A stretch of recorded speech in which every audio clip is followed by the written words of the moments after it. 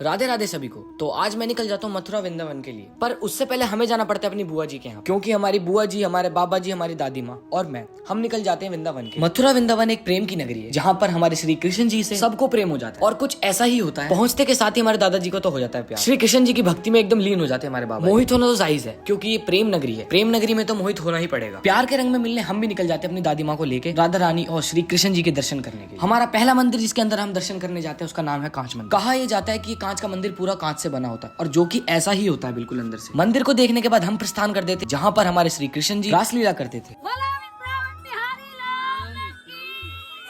और यहाँ पर ये कहा जाता है कि ये जो पेड़ हैं ये पेड़ नहीं है, ये सारी गोपियां हैं, जो कि रात के समय में गोपियां बन जाती हैं। लोगों को ये लगता है कि यहाँ पे राधा रानी और श्री कृष्ण जी रात के समय आते हैं रासलीला करने। वृंदावन का निधि वन, वृंदा मतलब तुलसी, वन मतलब जंगल, और इसी तुलसी के वन को हम निधि वन के नाम से भी जानते हैं। और ये कदम का वो पेड़ है जहाँ पर श्री कृष्ण जी ने जाके गोपियों के कपड़े चुराए थे। मैं अपनी दादी माँ और दादाजी को लेकर बैठ जाता हूँ बोट के अंदर यमुना जी के दर्शन कराने के। जैसी मिठास हमारे बिहारी जी के नाम में, वैसी मिठास हमारी यमुना जी के पानी में भी है। यमुना जी के दर्शन करने के बाद हम प्रस्थान कर देते हैं रंगनाथ मंदिर, और ये मंदिर दक्षिणी भारत के श्री रंगनाथ स्वामी जी के मंदिर का एग्जैक्ट रेप्लिका है। और इसके अंदर जो हमारे बिहारी जी विराजमान हुए हैं, ये हमें अपनी ओर को आकर्षित करते हैं। और यहाँ पर एक सोने का खंभा भी स्थित है, जो कि पूरा ही सोने का है। और ये रहे हमारे बिहारी। हम निकल जाते हैं अपने तीसरे मंदिर के लिए, जिसका नाम है बांके बिहारी। हमारे बिहारी जी के दर्शन करने के लिए बहुत से भक्त आ रखे होते हैं, जैसा कि आप देख सकते हैं। और यहाँ पर इस मंदिर में श्री कृष्ण को द्वारकाधीश के नाम से नहीं जाना जाता, बल्कि कहना, बिहारी, बंसी वाले के नाम से जाना जाता है। और इस मंदिर में लाखों विदेशी आते हैं अपनी मुरादों को पूरा करने के लिए। बांके बिहारी जी के दर्शन करने के बाद हम निकल जाते हैं गोवर्धन पर्वत के दर्शन करने के लिए। दर्शन करने के साथ साथ हम परिक्रमा भी करने लग जाते हैं। गोवर्धन की परिक्रमा करते वक्त हमें मिलता है रास्ते में राधा कुंड। कहा जाता है कि हमारी राधा रानी ने अपने मेहंदी लगे हाथों को इस कुंड में धोया था, और उसी दिन के बाद से यहाँ का पानी बिल्कुल हरा हो चुका है।